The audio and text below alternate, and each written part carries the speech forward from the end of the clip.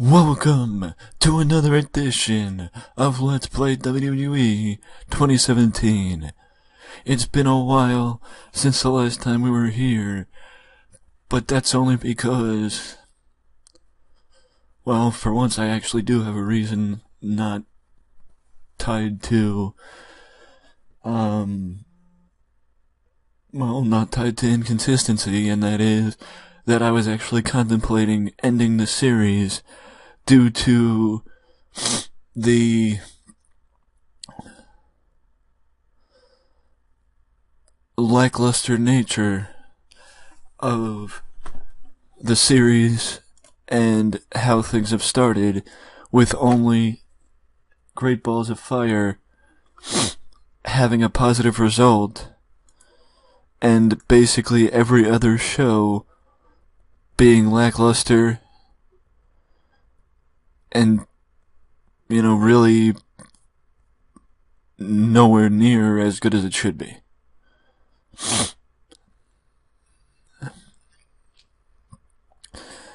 And even though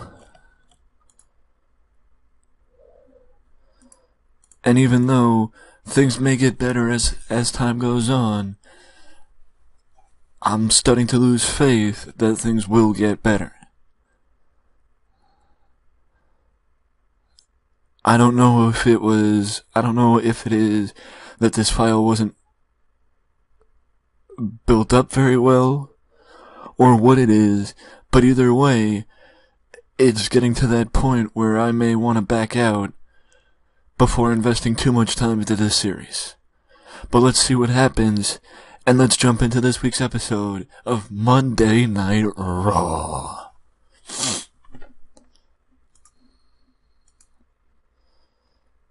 This week's episode of Raw kicks off with the Beast incarnate, Brock Lesnar, and Kurt Angle, as Angle announces that later tonight, Samoa Joe and Roman Reigns will fight to crown the #1 contender to face Brock Lesnar at SummerSlam. Just remember, at this point, there were heavy rumors that Brock could be leaving the WWE and becoming more of an Ultimate Fighter once again. So let's just keep that in mind. But now we move to the next match with Rhino going up against Mark Henry, as Mark Henry gets the win over the Man Beast.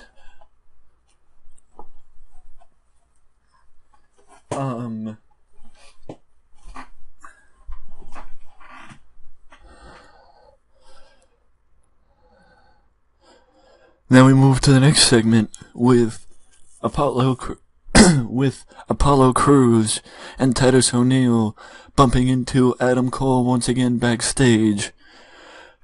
For those who don't remember, in the last episode of Raw, we saw Adam Cole get welcomed to the WWE last week by the Titus brand. And now this week, the Titus brand offer Adam Cole a spot in the Titus brand, and Adam Cole just laughs at him and walks off, which leaves Apollo and Titus puzzled by Adam's reaction, wondering.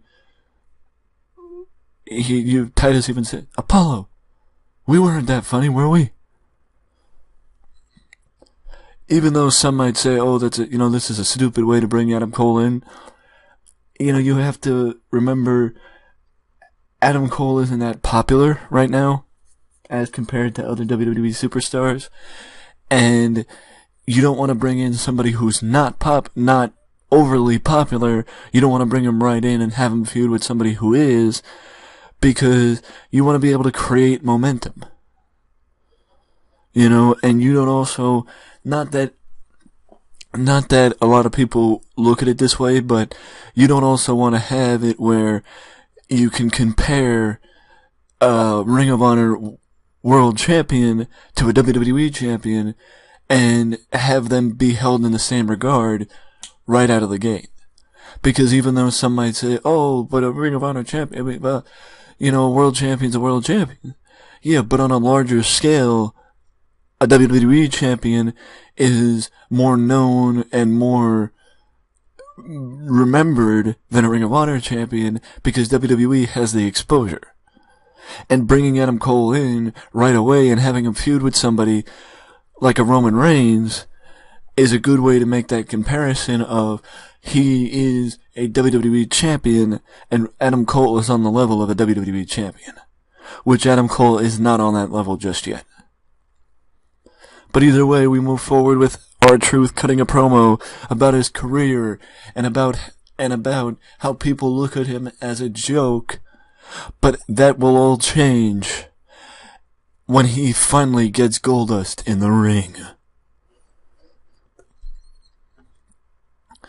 The next match sees Big Cass against Heath Slater, as Cass is slowly but surely coming along as a singles wrestler since his breakup with Enzo. Which also we had not seen Enzo since then. That's because I didn't really like Enzo's association with the Big Show. I didn't really like Enzo being in the shark cage. I didn't really like anything about Enzo's involvement in Big Show and Big Cass's feud, so that's why Enzo's not going to be in the feud. Enzo's taking time off from television and will come back after the Big Show Big Cass feud is over. And even though some might say, oh, but Big Show and Big Cass and Enzo, they had good chemistry, they worked well together, blah blah blah blah blah. There's nothing, that has to do with nothing. That has nothing to do with it. What it has to do with is that Big Cass already beat him. So he has nothing left to prove to Enzo or anybody that, there's no reason to put Enzo back in the ring, and there's sure as hell no reason to include Enzo in a match that involves him going into a shark cage. I know that initially the WWE had him in this match because, punishment or whatever the heck it was, but fact of the matter is, I don't see a reason to put him in this match. And Big Cass just cuts a promo on the Big Show, not even mentioning Enzo, just telling Big Show that he may have been the giant of the WWE for over a decade. But it's time for a new giant to take his spot. Now we move forward with Mickie James entering Nia Jax's locker room and telling Nia, or asking Nia to teach Mickie asks Nia to teach Bayley a lesson and take her out. Because Bayley needs to learn respect, and it doesn't seem like she's willing to learn it, so she has to have it beaten into her. And that's why Nia is getting the call, but either way, Bayley gets the victory over Nia after a botched interference from Mickie James, which now we have a cardinal problem because Mickie James may have made an enemy out of Nia Jax, and that's something you just don't do.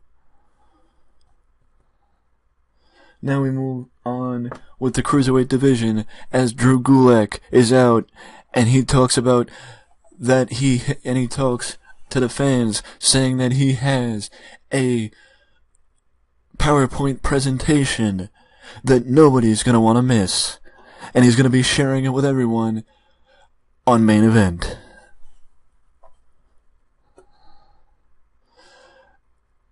And Drew Gulak even goes a step further to get the victory over Lince Dorado in his match. And the reason for this is not just because I love Drew Gulak's character, but it also is the fact that Drew Gulak is one of the few people in real life, especially, that have broken through the glass ceiling that was set for the cruiserweights and actually have gotten over with the WWE Universe.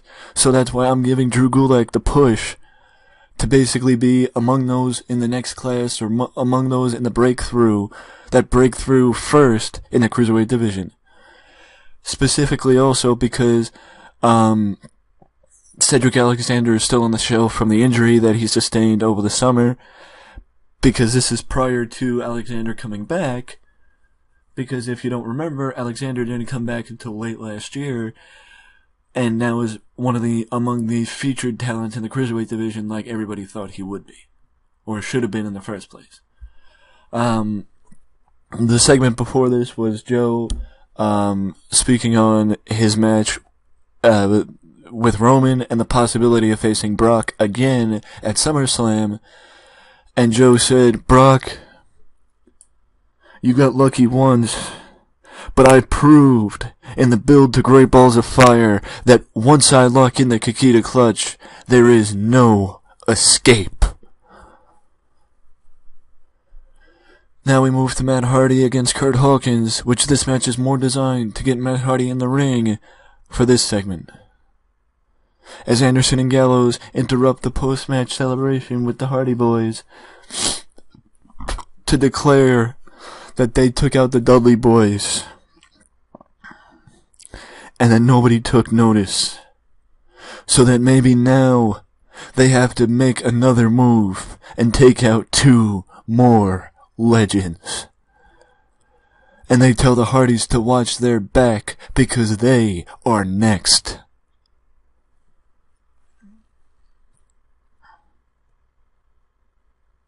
Now we move to the number 1 contendership match for the Cruiserweight title, and even though Kalisto may be feuding with Neville for the belt, I've been impressed by Grand Metalik, and that's why Grand Metalik is actually the one who got the victory in this 5-way number 1 contendership match, because he's impressed me and I feel like he deserves an opportunity. And also, if you look at it, Grand Metalik did actually, as far as in-ring performance is concerned, he was on par with Kalisto. And Kendrick was the second best, with Jack Gallagher being the top of the heap. The only reason why I didn't choose Jack Gallagher is because I didn't necessarily want Neville to have Gallagher as another challenger, as a challenger again. Even though in this season he hasn't faced him, in real life he faced Gallagher before Austin Aries, in his feud before Austin Aries. Now we move to a backstage segment with Miz and Maurice entering Kurt Angle's office, and Miz is pissed off, saying he is done with Ambrose and Rollins. They have been a thorn in my side since I got to Monday Night Raw, and I want it to end. And that's why Kurt Angle books the match next week on Raw. The Shield versus the Miztourage in a 3-on-2 handicap match. And once the result of the match is in, and the match is decided, the feud is over.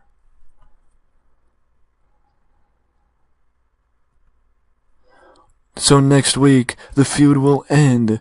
Miz, Ambrose, Rollins, and the Miztourage. It will finally come to a close next week on Raw. But now we move to the next match with Roderick Strong against Tyson Dukes. And if you don't remember Tyson Dukes, he was one of the early entrants into the Cruiserweight Classic 2 years ago. I don't think he made it too far in the tournament, but I brought him in to get a little bit of depth to the Cruiserweight division, and maybe he can end up in NXT for a little bit of seasoning. But either way, Roddy gets the win over Tyson Dukes, getting, I believe, what is Roddy's first win on the main roster. Now we move to a video, a hype package, highlighting the history between Bray Wyatt and Finn Balor so far, and where we could be headed next between the Demon and the Eater of Worlds. I'm not gonna lie, I thought this match was gonna get worse. I thought that this match was gonna get a lot worse than it did, but I'm happy that it got as good as it did, because I mean, it's a start, you know, and some might say, oh, this match sucked. You're right, it did. You're right, it did. It sucked. It was terrible. But it could have been worse, and I have gotten women's matches that have done worse, or I have had women's matches that have done worse. But this is also, in my way, from my way of thinking, it's better, because maybe it's showing that these two are getting more popular to where they could be getting better matches and better ratings. And even more so where one of them or both of them could be featured in more of a prominent role in the division. To where I can have another woman other than Sasha Banks or Bayley. But either way, Emma gets the win, getting her momentum back on track and moving a little bit forward as far as things are concerned. I mean, a little bit closer to more of a relevant role in the division.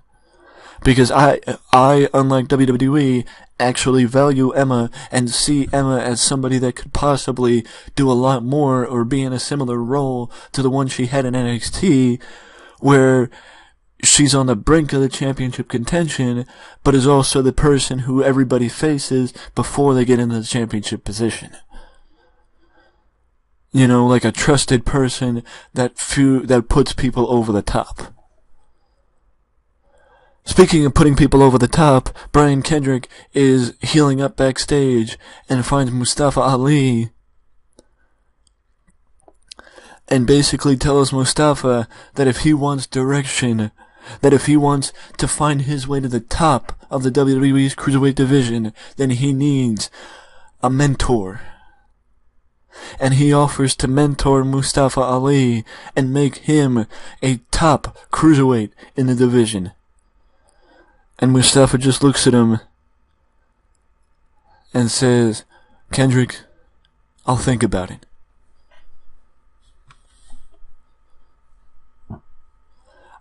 I don't think you need me to explain how this Elias promo goes. I would go into further detail, but I also don't know where we are, so I can't say the type of song Elias would sing, because I don't know the state that Isotopes Park is in. I'm thinking it could be that arena, that baseball stadium that that TNA usually goes to, or used to go to for the baseball event, but I'm not sure. But either way, the segment does end with Elias looking at his opponent and asking, "Will you walk with Elias?" And then he proceeds to attack him before he can answer. And that starts the match between Elias and Awesome Andy. And though this match was a heavy disappointment, and probably most of you would say, why the hell did I put it on Raw? There's only one way for Elias to get popular and more attention, and that is by featuring him on Monday Night Raw, and that's exactly what I did. So either way, Elias gets the win over Awesome Andy in the semi-main event, as then we move to Roman Reigns having the same promo time that Samoa Joe had earlier tonight, with Roman talking about not just his match tonight, but also getting another opportunity against Brock Lesnar at SummerSlam. Saying, Brock, I'm the only person that you never beat. And though part of me wishes it was WrestleMania, it doesn't matter to me when I step in the ring with you and take that Universal title and beat you like I should have 3 years ago. Or 2 years ago. Now we move to the main event with Roman Reigns, Samoa Joe. And Samoa Joe gets the win over Roman Reigns when Braun Strowman makes his way out to the ring. When Braun Strowman makes his way out to the ring and gets involved in the match. Much like he did in real life, because in the end, both Joe and Roman are taken out by Braun, with Braun being the only person standing tall as the show goes to black. And the show lost its popularity in 23 regions.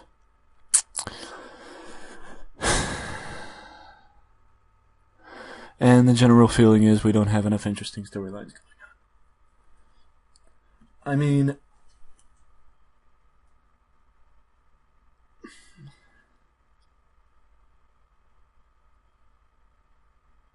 I mean, don't get me wrong. I enjoy this because I enjoy actually having the WWE roster and seeing how I would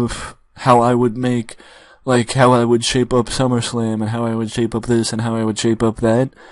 But fact of the matter is, it's a little annoying knowing that you're not getting as good as you could be or should be, because I definitely think half these matches should have done better, and that I shouldn't be consistently getting in the 60s and low 70s. You know, and this leads me to think that it's not me, it's the file. I mean, don't get me wrong, it's very difficult to make a file, and not just a file, a good file, but I'm not sure what the future holds for this series unless I just say screw it and ignore the ratings and just try and straighten it out as we go. Let me know down in the comment section below if you have an opinion on this, if you know what the problem could be, if you know anything, how to fix this, what to do. Let me know down in the comment section below. Other than that, you can always leave feedback and let me know what you think of how I'm booking certain talent, or if you have a better idea of how to book certain talent, let me know down in the comment section below. And with that being said, if you don't want to leave a comment, you can always leave a like. Subscribe to the channel for more content just like this that you can only find right here at Wrestling Express. And also, before I go, don't forget to ding-dong that notification bell to always know when a new video is up on Wrestling Express. And until next time, later.